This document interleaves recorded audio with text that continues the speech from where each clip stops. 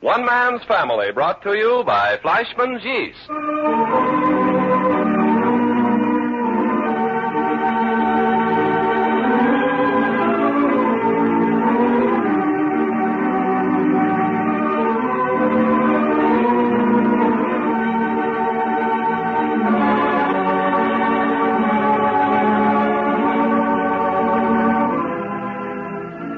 One Man's Family is dedicated to the mothers and fathers of the younger generation and to their bewildering offspring. Tonight we present Chapter 8, Book 47, entitled, Claudia Says Goodbye to Her Family.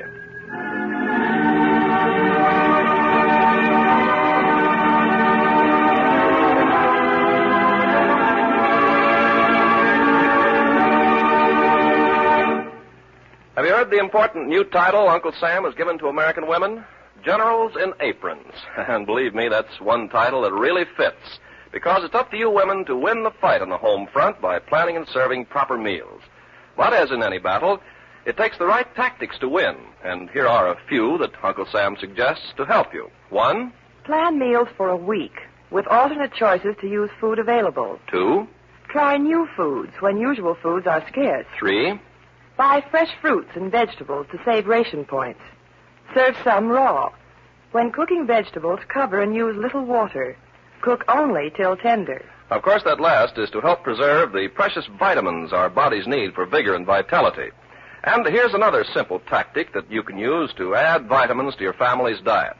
Insist on Fleischmann's yeast with the yellow label for all your baking. It's not only a fast-acting yeast that gives wonderfully delicious baking results, it's the only fresh yeast on the market with both vitamin B complex and added amounts of vitamins A and D. And all of these important vitamins go right into whatever you bake with no great loss in the oven. So, generals in aprons, adopt these wise tactics for feeding your family and help keep them strong and fit for the busy days ahead.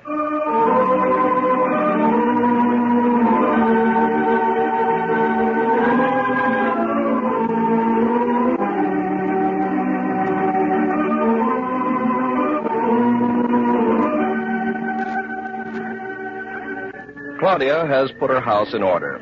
Everything she's not taking with her for herself and for her 2 younger children, Penelope and young Nick, she's put in moth crystals and tucked away in cedar closets. The furniture is all covered with dust cloths and the drapes pulled and the refrigerator disconnected, and the pilot lights on the kitchen range and the automatic hot water heater put out. Steamer trunks have been shipped on ahead by train, and all the hand luggage has been brought over to the family home and piled in Paul's car to be taken to the airfield in a little while. Joan has been packed bag and baggage over to her grandmother's. In fact, has been installed in the room which was her mother's for so many years, the room in which Claudia grew from a little girl into womanhood. All this because Nicky is in Washington, and Claudia is going to be with him for 6 weeks or 2 months or however long Nicky is to remain in the United States. It's only about a half an hour until the start for the airport, and just at the moment, Claudia's down in the garden talking to Father Barbour. It's warm, and he's in his shirt sleeves, and he's relaxed on the garden bench beside her for a moment. Yes. Hot. But a lovely day, as all days are in San Francisco, whether hot or cold, windy or foggy. Yes. So you're going to leave us again, Claudia? But only for a little, Dad. 6 weeks, 2 months. Is there anything so devastating in that? I suppose not. Goodness, from the long face you're pulling and the lugubrious tone of your voice, one would think you were saying a last farewell. Don't say that. Dad, what's the matter with you anyway? I just don't like to hear mention of last farewells. But naturally, I was only kidding. Kidding or serious, let it be. Yes, of course. When is Paul driving you to the airport? In about half an hour.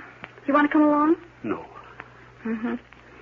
I'm just as glad to have my goodbyes said here at home. Yeah. I've got to go in a few minutes and get Penny and young Nick up and dressed. Your mother will help you, I expect? Mm-hmm. I wanted them to get as much sleep as possible before we start. Once they're on the way, the facilities for small children are practically nil. Yeah, you'll get a lot of help from the stewardess, no doubt. Oh, sure. Yeah. Remember me well to Nicholas? Oh, yes, I will, Dad. Yeah, a good boy. One of the best. I've missed him. Oh, he'll be so eager to hear all about the family. Especially you, Dad. You always tickle his English sense of humor and his common sense view of things. You know, he once said he married me so that he had a reason for being around you. Oh, he did, eh? Mm-hmm, he really did. He made you a good husband? kind of husband I needed right from the beginning. Yeah. My dear. Yes? My dear, don't stay away too long from us. But you know my plans, Dad. Yes, I know your plans. But I also know the terrible amount of uncertainty in the world today.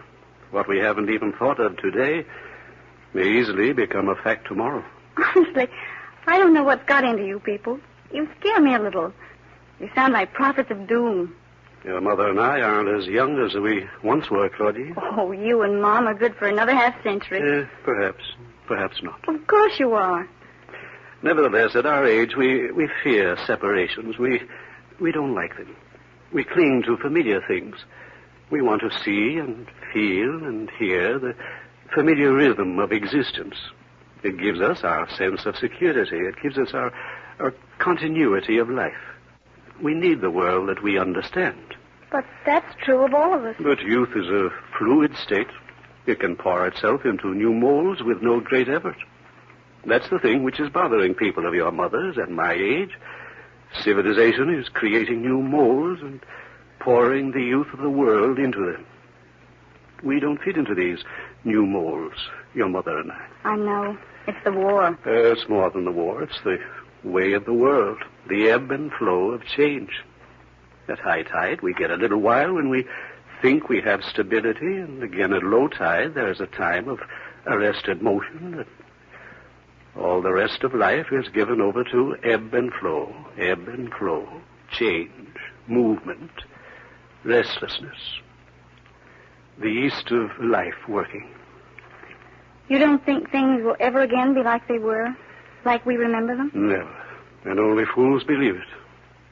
And maybe it's for the good of mankind, for all I know, but it's because we older people who see all the world as we knew it slipping away from us that we cling so tenaciously, so blindly to the few familiar threads we still hold in our fingers. I know. And your leaving us is just another familiar thread slipping from us. Oh, we may get it back. You may return, but that doesn't keep us from feeling a small tightening about the heart that you're going. Mm-hmm. Your mother isn't going to the airport either, is she? No. I see her sitting up in the window of a sewing room. Maybe you ought to go up to her if you're leaving so soon. Yes. I wanted to come down and say goodbye to you first. Yeah. Don't come up to see me drive away. Stay down here in your garden, Dad. Goodbye. Goodbye, darling. Yes, indeed. What's the matter, Grandma? Oh, Margaret, where did you come from? Downstairs. Were you talking to yourself? I don't know, was I? Well, that's what it sounded like. Well, grandmas do that sometimes. Did your mother come over with you? Yes, she's downstairs in the library talking to Uncle Pa. I see. Well, I guess you don't know where Grandpa is, do you? Oh, I should imagine he's down in the garden.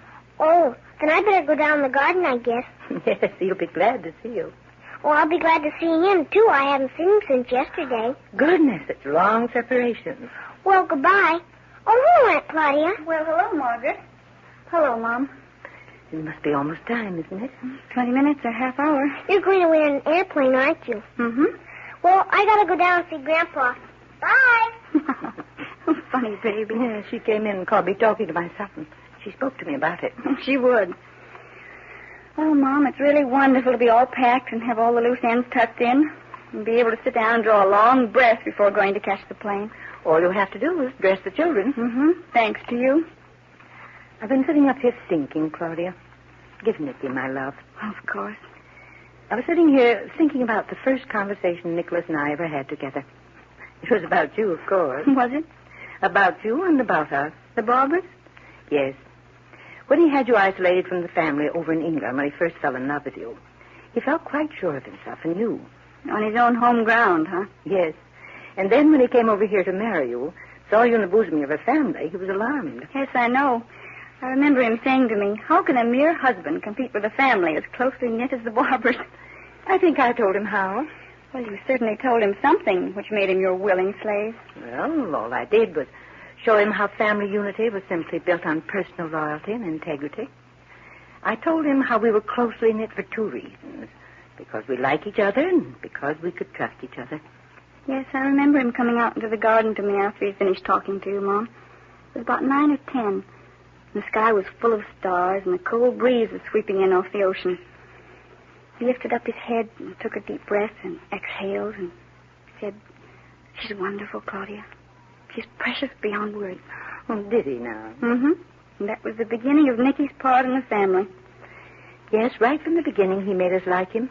And in all the time I've known him, I've never known him to once avoid an obligation or abuse our trust in him. If more people understood how simple, happy family relations are. Families don't become complex when the members abuse privilege or impose upon each other. Now, how did we get into this sort of talk anyway? Nicky will delight in all this. Will he? Oh, yes, Mom.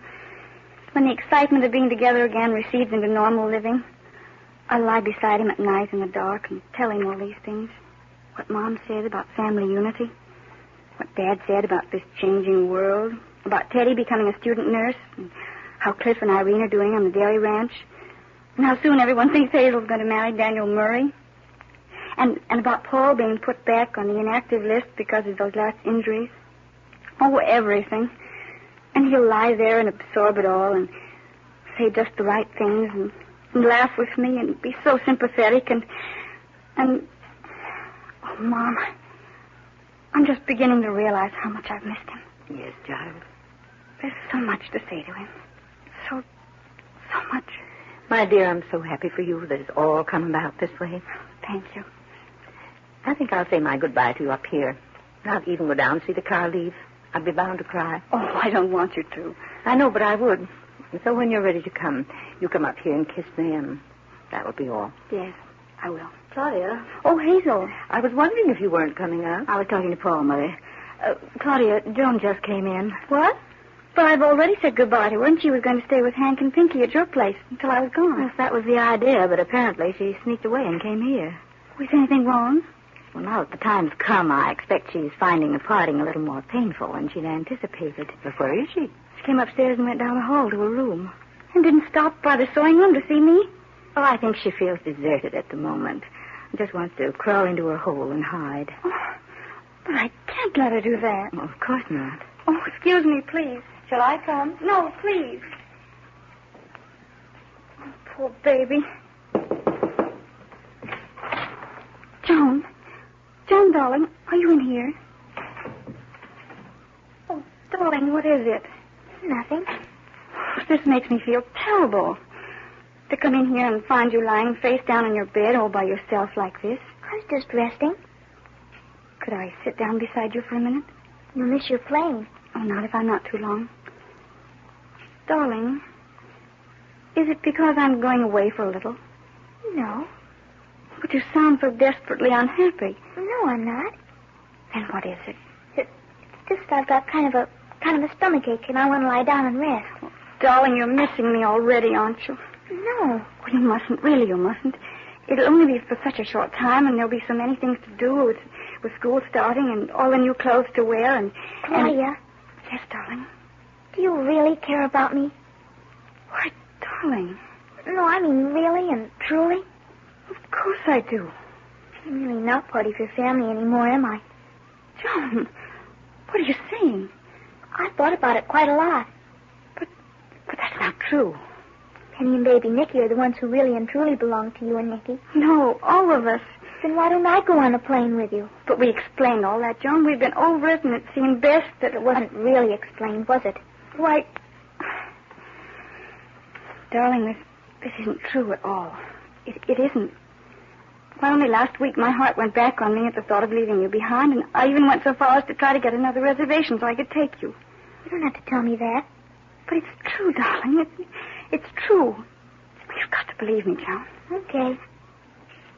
This is terrible. All this right at the last minute. Everything's okay. Really, it is. But you still think I'm deserting you.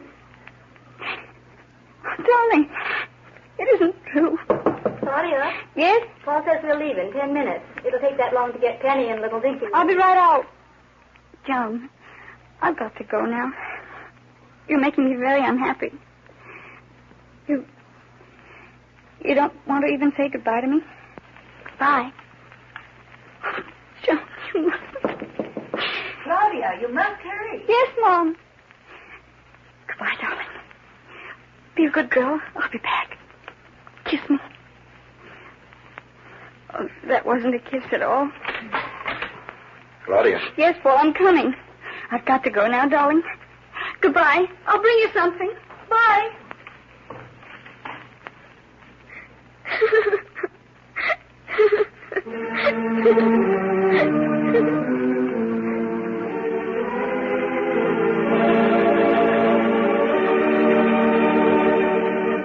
Well, Margaret, where did you come from? In the house. My mommy's here, too. Huh? We're not out here in the house. Oh, She's going to the airport, but I'm not. neither am I. Why are you just sitting here? Huh? Why are you just sitting here? I feel like sitting down. But you're all by yourself. Not since you arrived. But you were. Are you mad at anybody? Only dogs go mad. Well, that isn't what you usually say. Hmm? You usually say only insane people are mad. Yeah, I know what I say. Have you got a stomach ache? I haven't had a stomach ache for 50 years. I have. No doubt. What? I say no doubt. Oh. What gave it to you? The stomach ache. What gave it to you? I don't know. Something you ate, of course. Oh, ice cream? I wouldn't think so. Peanuts? I never heard of it. Raw carrots? They feed carrots to babies. Oh, then I don't know, except I swallowed a penny once. Huh? A penny. Does your mother know that? Well, sure, it was her penny. Huh. What were you trying to do? Copper plate your insides? I guess so. Why, Aunt Claudia? Yeah, My mommy's going to the airport with her, but I'm not. I'm not either. Well, don't you like airplanes? Not when they're carrying away my dear ones. Oh, that Claudia, dear one? Certainly. And Penny and baby Nicky? Yes. Am I a dear one, too? Huh? Do you want to be? Yes. Then you are. Okay. That's Uncle Jack and Aunt Betty's house over there, isn't it? That's a silly question. Why? Because you know very well it's their house. Aunt Betty's going to the airport, too. Is she indeed? Mommy and Aunt Betty and Uncle Paul and Teddy. Your grandmother and I are saying our goodbyes here. Huh? Well, I guess they're going. Shall we go up? Oh, I've already said my say. Oh. Goodbye. Goodbye, Dad. Yes. Nicholas, Jack, Claudia, Penny, young Nick. Lost to us by circumstances beyond our control. Gone.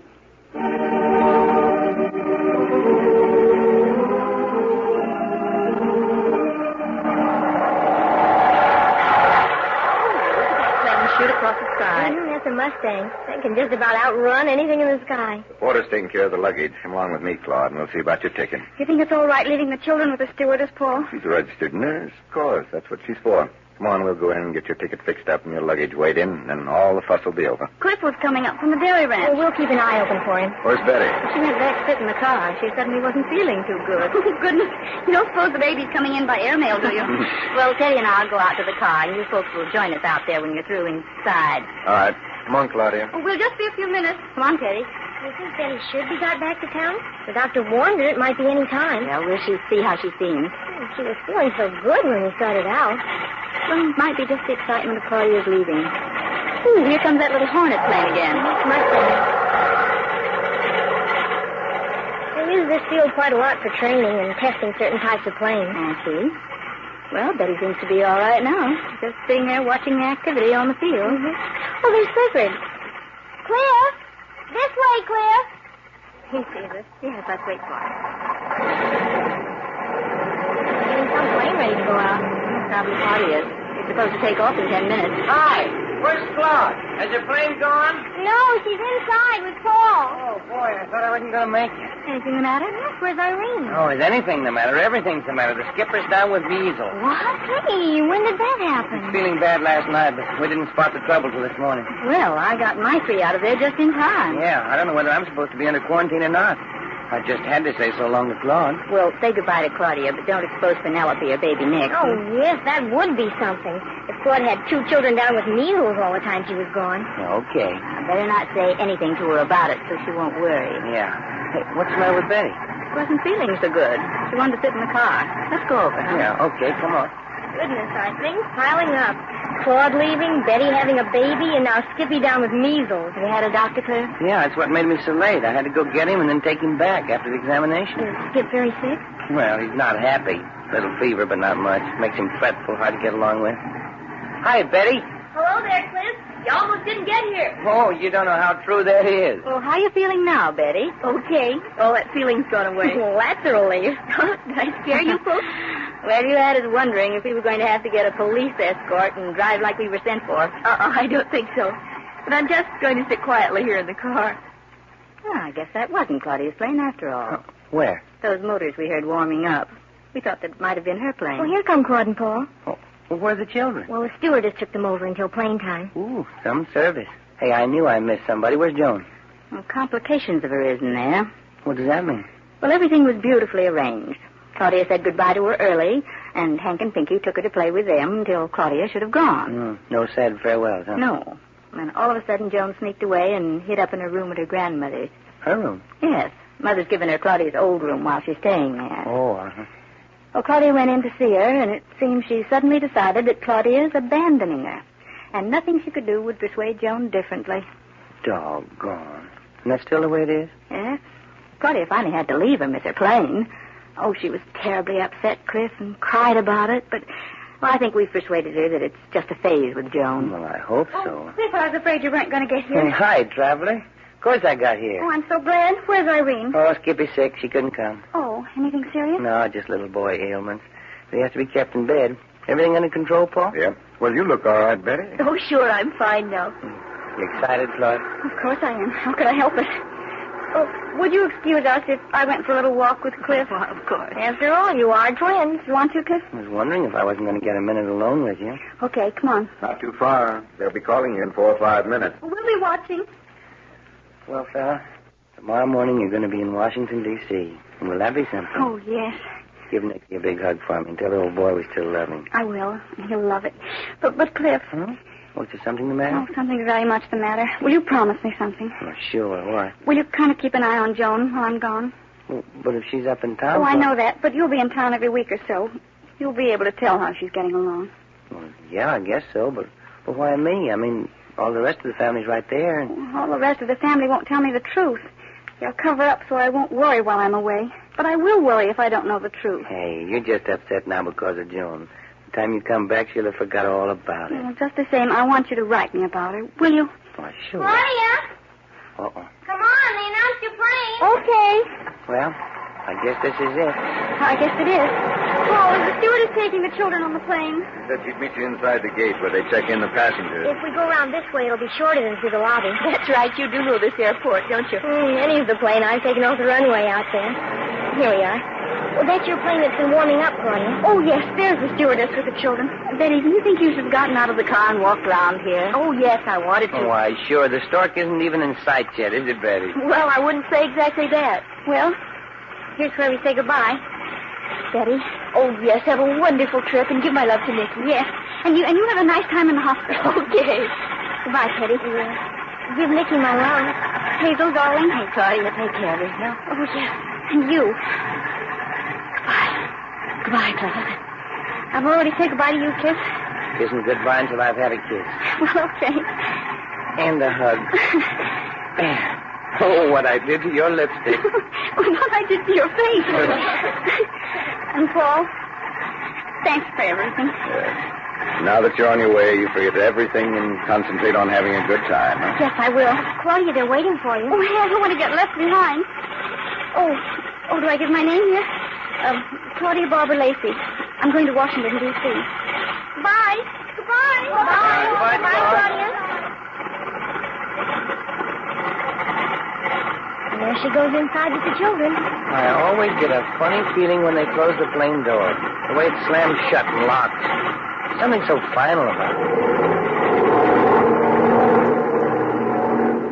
There they go.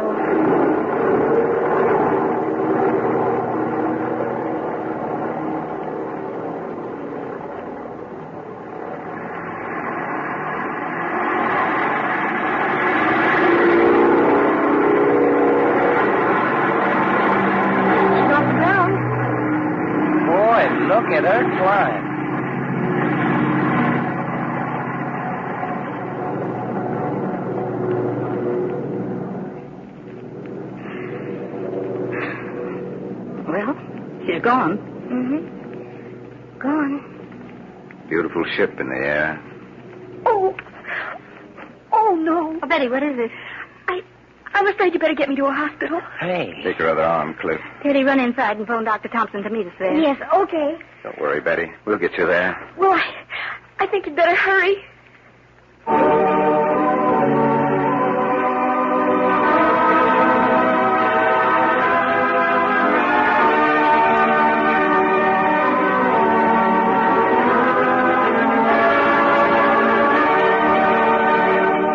Here we find Clifford and Hazel and Teddy and Paul drifting from subject to subject. Well, I don't really think that I'm shy or bashful, and I like people, but I just don't mix very well. That's an interesting subject, Teddy. Who do you think is the best mix in the family? I'd say you are, Paul. Well, I'd say you and Claude are good mixers, too, Hazel. Well, I don't think Hazel's as good a mixer as Claudia. Hazel kind of lives inside herself more. I think you and Claude are our best mixers, Paul. Hey, what about me? You. What? You doggone right. I'm the best mixer in the Barbour family. Bring me a dry glass and a fork and a few other ingredients, and I'll prove it. Well, why do you need all that stuff to prove you're a good mixer? You can't mix without the stuff to mix with. Okay, go on and laugh. But I tell you, I can mix the best vitamin cocktail you ever tossed down a parching, thirsty throat. Oh, pooh, anybody can mix a vitamin cocktail. Oh, yeah, there's a trick to it. Well, certainly. Just be sure you've got a dry glass, a fork, and a cake of Fleischmann's yeast. Okay, Miss Smarty, what else? Well, just break up the yeast in the dry glass with the fork, add a little tomato juice, stir till it's smoothly blended, then fill the glass with tomato juice and give it another stir. Why, a 2-year-old child can mix a vitamin cocktail. Okay, but show me a 2-year-old that enjoys drinking a vitamin cocktail as much as I do. Well, no wonder, Clifford. A vitamin cocktail mixed the way Teddy described is a delicious drink indeed. Not only that, friends, but if you need extra vitamins in your diet, the vitamin cocktail, Fleischmann's yeast, and tomato juice should be of real benefit. It contains every vitamin known to be needed in human nutrition. And only 2 vitamin cocktails supply the full daily minimum requirements of vitamins A, B1, C, and D, and a supply of all the vitamins in the B complex group. So if you lack vim and vitality because you need more vitamins in your diet, make it a point to drink a delicious vitamin cocktail, Fleischmann's fresh yeast and tomato juice, twice every day. Yes, drink it, America. To your health. You have just heard Chapter 8, Book 47 of One Man's Family, written and produced by Carlton E. Morse for the makers of Fleischmann's yeast. Chapter 9, entitled The Stork is a Dirty Dog, will come to you next week at this same hour.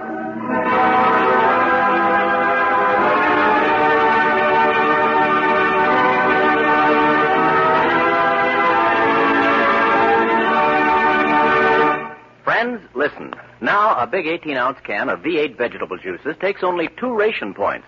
So tomorrow, try your vitamin cocktail made with Fleischmann's fresh yeast and delicious V8 vegetable juices. It contains every vitamin known to be needed in human nutrition. Remember, that's Fleischmann's fresh yeast in cool, bracing V8. You'll like it. One Man's Family comes to you from California. This is the National Broadcasting Company.